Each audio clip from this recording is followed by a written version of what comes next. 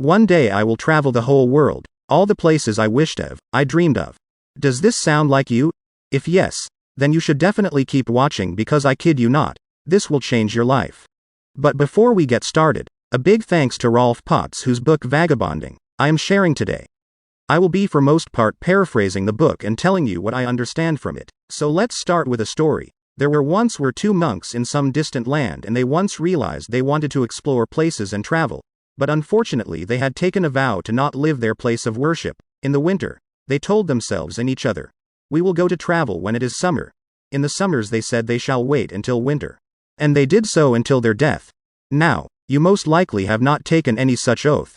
Then why are you living like those monks? So what is your reason for living such way? Tell me right now, in the comments section.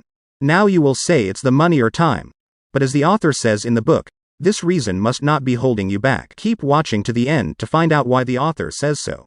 As Henry David Thoreau says, we spent the best parts of one's life earning money in order to enjoy questionable liberty in the worst time of it. Just think about it. Even if you do save up and gain the absolute liberty at retirement age, would you be able to do the things you wanted to? Most likely not, mainly due to deteriorating health during old age. Now you will say, my job and my career blah blah blah. But Rolf Potts says he has seen people of all ages, all backgrounds and all jobs living the vagabonding way. He has seen seasonal workers like carpenters and commercial fishermen who fish in summer and spent winter in some sunny country. He has also seen professionals like lawyers and corporate workers who have negotiated a few months of leave and also seen people who have done a job and are now traveling before their next job. As Rolf says, to gain this freedom feel free to even quit your job. Do not worry about the gap in your resume. Tell your next employer about your travels and he will surely be intrigued and maybe a bit jealous as well. Are you not wanting to quit your job? That's completely okay. As the author says, vagabonding is not just about travel, it is a mindset shift, it is a change in attitude and lifestyle which takes sacrifices, and if you are not okay with the sacrifices, that is alright. Vagabonding is not for everyone, and it should not be done to seem quote unquote cool or as a trend, rather it's a lifestyle change which should be taken seriously. Vagabonding involves taking extended time out from your normal life, 6 weeks, 4 months, 2 years, or more to travel the world on your own terms. Vagabonding is beyond just travel. It is an outlook on life. The other, third world countries are too dangerous, you say? Well, the mass media usually portrays them as such. In most cases the people there are just like you and me and will warmly welcome you as a guest. So say you want to be a vagabonder. To adapt to this new lifestyle, your preparations begin right at home. Declutter. Get rid of things you don't need. Don't get more things. You will soon realize that you don't need this many things to survive. This is your first step in getting your freedom. Then you might question, where exactly should I go? Just go anywhere you want. Since you will have time, you can spend a lot of time.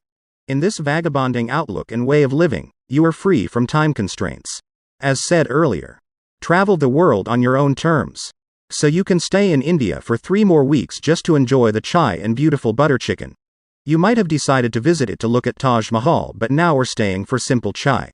As said earlier, you are on your own terms, so feel free to do such things. In traveling, guidebooks can come handy and mostly are a useful tool. But they are, after all, just a tool and should be treated the same. Don't go overboard with the guide. If you depend too much on them, then your experience might be tainted with the experience of the guidebook writer. The author also tells us about anti-tourists. These are the people who do not go on the usual tourist destinations. They don't even do those activities that other tourists enjoy. They enjoy the mere fact that they are different from the crowd, and they like to prove this to themselves and others by not going about with other tourists. Such people would visit India, deliberately avoid the renowned Taj Mahal and cry about how boring the place is and not having anything interesting to do. The book also says that after a while of traveling, every other mountain will be as majestic as the previous one and every other best beach will be as serene as the last one you saw. They will still be beautiful and you will still enjoy them, but you might not be as intrigued as you expected. This is when famous quotes like, "It's about the journey, not the destination," will start to make sense to you. The book also deals with various practical tips on traveling, how to stay safe while vagabonding, etc. Like, as said earlier, you will prepare by decluttering and you will realize you don't need much. For most of your travels, you will only need a carry bag-sized necessities, which would be more than enough. You can buy extra clothes at your destination. There is no need to pack your wardrobe. And there are water bottles in Portugal as well. You don't need to pack yours. You need to understand that people over the other place are also much similar to you. So earn your freedom and start vagabonding. Now, this all was what I learnt from the amazing book, which I highly recommend. Again, it is Vagabonding by Rolf Potts. But keep in mind that there could be mistakes in my understanding and interpretation of the book. So take it with a grain of salt. There is so much I haven't covered in this short video. Therefore, if this video interests you, then be sure to check out the book. If you gained value from this video, then you owe us a like. Subscribe for new, wonderful videos. As always, good day or a good night.